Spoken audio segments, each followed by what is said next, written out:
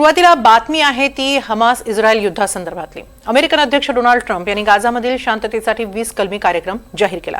त्यात एक महत्त्वाचा मुद्दा होता, तो म्हणजे हमासला नव्या सरकारमध्ये कोणताही हस्तक्षेप करता येणार नाही।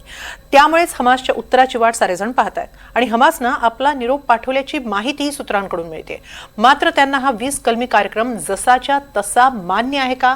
त्यांनी त्यांच्या काही अटी पाठवल्या आहेत का? त्यांच्या नेमक्या काय अटी आहेत आणि त्यांच्याकडे हा पर्याय स्वीकारण्यावाचून काही पर्याय आहे की नाही, पाहूया एक रिपोर्ट।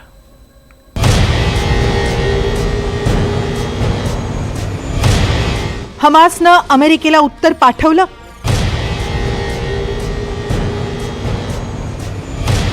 हमासला ट्रम्प प्लॅन मान्य की अमान्य?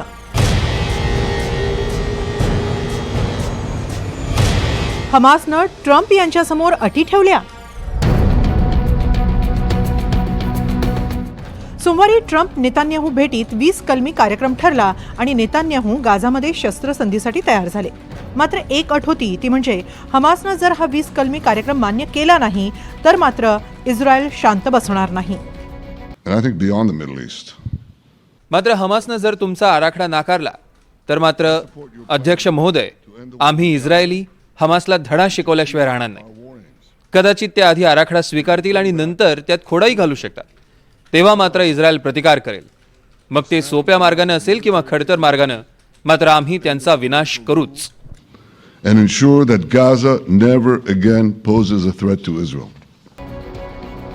तर ट्रम्प यांनीही हमासनं जर हा प्लॅन मान्य केला नाही तर इस्रायल हमासबाबत जी भूमिका घेईल त्याला अमेरिकेचं समर्थन असेल असंही स्पष्ट केलं होतं। As progress is made toward achieving these goals, हमासचा धोका समूळ नष्ट करण्यासाठी इस्रायलला माझा पूर्ण पाठिंबा असेल। मात्र मला वाटतं आपल्याला तिथपर्यंत जावं लागणार नाही। मात्र जर हमासनं हा प्लॅन नाकारला, ज्याची शक्यता आहे, तर त्यांच्याकडे एकच पर्याय आहे, सर्वांनी तो मान्य केलाय।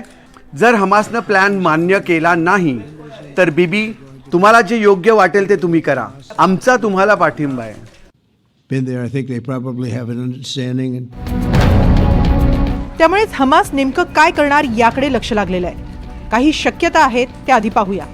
हमास या अटी शर्तीला आज घडीला मानूही शकेल, पण दीर्घ काळामध्ये या अटी शर्तीचं तो उल्लंघन त्या ठिकाणी करेल, स्वतःला पुन्हा तयार करेल अरब राष्ट्रांच्या काही सिम्पथायझर्सच्या मदतीनं, त्याचबरोबर गाझा पट्टीतल्या त्यांच्या कार्यकर्त्यांच्या मदतीनं येणाऱ्या काही महिन्यांमध्ये तर काही वर्षांमध्ये तो पुन्हा आंतरराष्ट्रीय इस्लामिक टेररिस्ट ऑर्गनायझेशनच्या माध्यमातून स्वतःला तयार करेल आणि इस्रायल आणि वेस्टर्न नेशन्स, त्यातल्या त्यात अमेरिकेविरुद्ध भविष्यामध्ये तो कारवाई करण्यासाठी तयार होईल। वर करणी आज घडीला धूसर आशा निर्माण झालेल्या आहेत शांतता निर्माण होण्याच्या, पण खरोखरच हमास या अटी शर्ती दीर्घ काळासाठी पाळेल का याविषयी प्रत्येकाच्या मनामध्ये साशंकता आहे। म्हणूनच डोनाल्ड ट्रम्प यांनी जरी ही पहल केलेली असली तरी आता या पीस प्लॅनचं काय होणार हे येणारा काळच ठरवणार आहे। आणि अपेक्षेप्रमाणे हमासनं हा प्लॅन मान्य तर केलाय, मात्र काही अटी शर्तींसह। हमासमधील काही सूत्रांनी ही माहिती दिली आहे। हमासच्या अटी काय आहेत ते पाहण्याआधी मूळ 20 कलमी कार्यक्रमातील ती कलमं पाहूया ज्यावर हमासला आक्षेप असू शकतो। इस्रायल गाझामधून हळूहळू आपलं सैन्य मागे घेईल। हमास 72 तासांच्या आत सर्व इस्रायली ओलिसांना जिवंत किंवा मृत सोडेल। इस्रायल गाझामध्ये जन्मठेपेची शिक्षा भोगत असलेल्या 250 लोकांना आणि आणखी 1700 कैद्यांना सोडेल। गाझामधून सर्व हमास तळ आणि शस्त्र काढून टाकली जातील।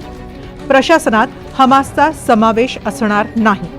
गाझासाठी एक तात्पुरती तांत्रिक समिती स्थापन केली जाईल, यात पात्र लोकांचा समावेश असेल।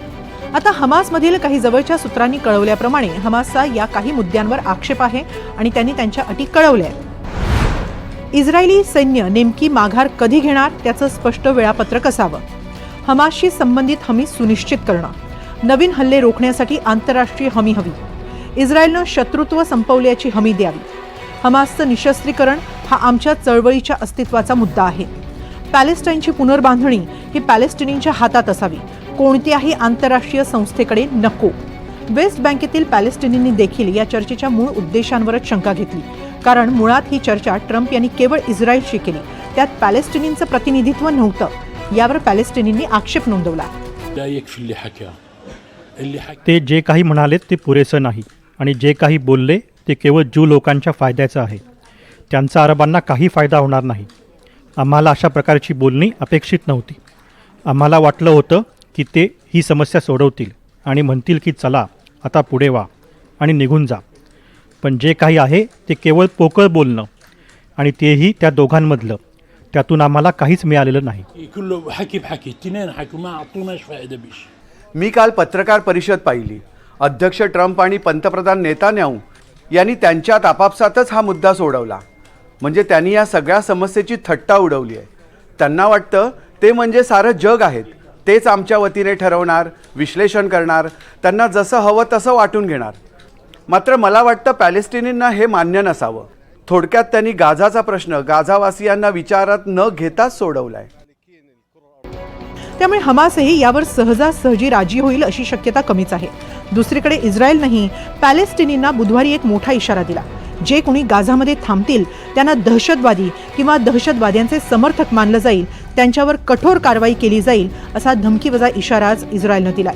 त्यातच पॅलेस्टिनींनी त्वरित गाझा सोडावं ही त्यांच्यासाठी अखेरची संधी असेल असंही बजावलंय. त्यामुळे पॅलेस्टिनींमध्ये गाझा सोडण्याची लगबग वाढली आहे. दक्षिणेकडे त्यांचा लोंढा चाललाय. गेल्या महिन्यातच इस्रायलनं हल्ले तीव्र केल्यापासून गाझामधून सुमारे 4 लाख नागरिकांनी स्थलांतर केलंय. काहींना तर पायीच प्रवास करावा लागतोय. काही अनवाणीच मार्ग कापताय. हाती जे काही लागेल, जे काही वाचलंय ते घेऊन ते शहर सोडताय. कारण त्यांनी त्वरेनं शहर सोडलं नाही तर कठोर कारवाई म्हणजे काय होईल याची त्यांना पुरेशी कल्पना आहे. सैन्यानं एक निवेदन जारी केलं होतं. त्यात त्याने सांगितलं की ते रस्ता बंद करणार आहेत. आता आमच्यापासून अगदी 300 मीटर अंतरावर त्यांचे रणगाडे उभे आहेत. एका टँक म्हणून तर हल्लाही झाला. ते काही तासातच रस्ता बंद करतील म्हणून आम्ही चाललो आहोत. एकूणच जरी 20 कलमी कार्यक्रम जाहीर करून ट्रम्प यांनी त्यांची पाठ थोपटून घेतली असली, इस्रायली पंतप्रधानांनी त्यांच्यासमोर शस्त्रसंधीची तयारी दाखवलेली असली तरी अद्याप हमासकडून अधिकृत उत्तर आलेलं नाही. आणि त्यांच्याकडे सर्वात मोठी बार्गेनिंग पॉवर आहे ती इस्रायली पोलिसांची. त्यामुळे हमास त्यांच्या अटी ठेवणार हे तर स्पष्टच आहे. मात्र यात भरडले जात आहेत ते सामान्य पॅलेस्टाईन.